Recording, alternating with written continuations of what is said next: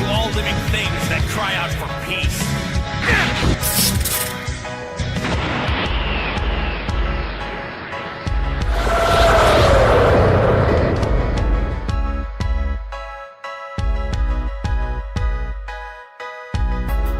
Unbelievable! That is the best suitable word that I can use to describe the level of unpredictability that Dragon Ball Super is bringing to the table with this unprecedented announcement that Frieza will be participating in the Tournament of Power.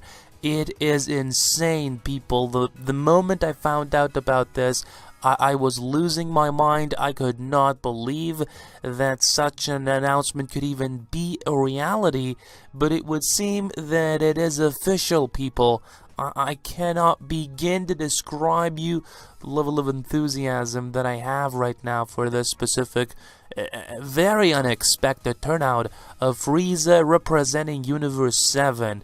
This is, you get handed to Toei Animation because this is a great surprise that they were keeping well under wraps, because, you know, for the longest of time, there was a synopsis for the Universe Survival arc, a certain promotional picture featuring all the 10 members that would be participating in the Universe Survival arc, but there is a certain turn of events that, in a sense, is not allowing for a specific member to participate, and that will be none other than Majin Buu. Now, we will get to that in time, people. I wanted to have this short introduction to kind of break down how I feel emotionally for Frieza coming back, and it certainly didn't take too long for Frieza to come back. If anything, this should not only indicate just how much of an important addition Frieza has been to the Dragon Ball universe and the level of impact that Frieza has had, because let's be honest, Frieza was that villain that Goku fought, and in a sense he was triggered to unleash his Super Saiyan power and realize the legend back on Namek. A very memorable, a very legendary fight, and it is not a coincidence that Frieza keeps coming back. It isn't just an accidental fact. It is an indication that Toriyama truly honors Frieza, because he more than anyone realizes how much of an important villain Frieza was. So, and it is not a coincidence that Resurrection of F, was much more successful than Battle of Gods, if you want to break it down to numbers. But that is enough about my introduction. I'm kind of digressing here. What I wanted to focus is the spoilers, and of course, if you guys have not realized it yet, there will be loads of spoilers in this video. I will be talking about upcoming episode titles along with the synopsis, and we will go step by step until we discuss the upcoming return of Frieza. How exactly is this going to play out? How will Goku convince Frieza to fight alongside of them? And all that good stuff. We're going to talk about that here. Very excited.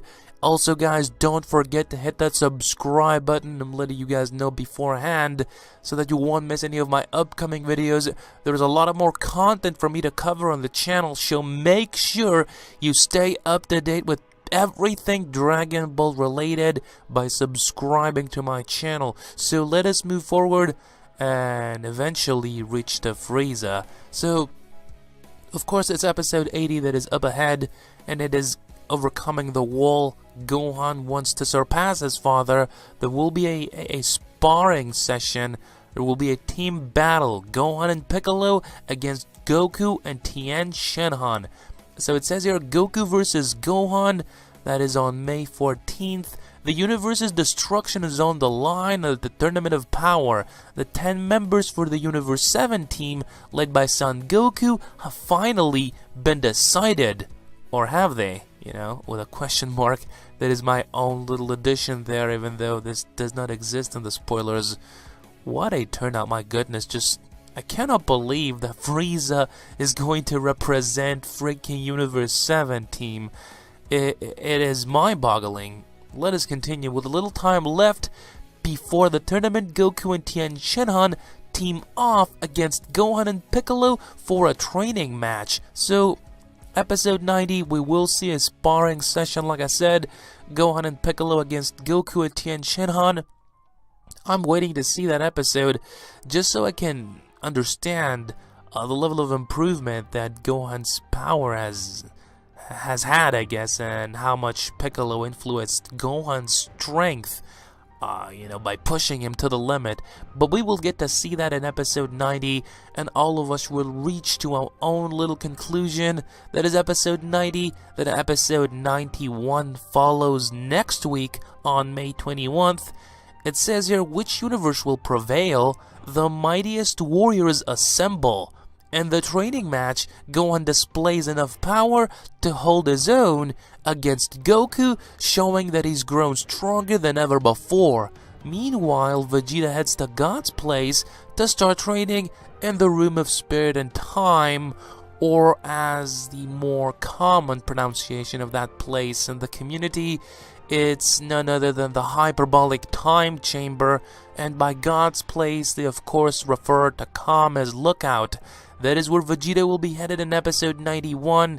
He will try to push himself even beyond Super Saiyan Blue. That is again with a question mark.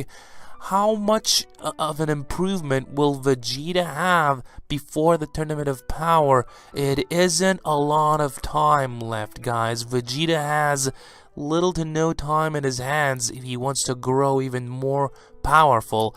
And I can't really see a massive improvement in Vegeta's strength in such a short amount of time. I'm hoping that Vegeta proves me wrong here. It certainly won't be the first time around that Vegeta surprises us pleasantly.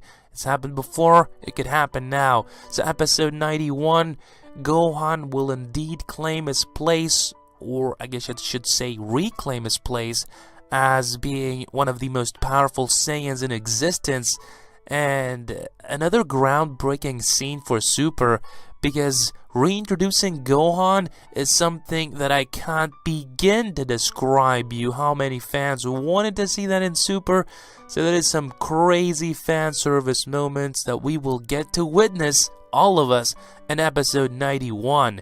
But then episode 92 comes in and brings a very unpredictable factor in, something that I believe none of us, there shouldn't have been a single human being that could have predicted this, because, like I said, guys, from the get-go, there really was no question as to who would participate, because back in December there was a promotional shot featuring all the 10 participants for Universe 7, and, there really was no comment on that. Who could have predicted that something could happen with Majin Buu, as it is going to in episode 92.